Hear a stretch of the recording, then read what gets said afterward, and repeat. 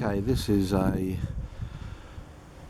LED multicoloured Firecracker waterfall curtain light. It's an unusual one. It's 2.4 metres long. There's 10 drops. Each have 1 metre drops on them.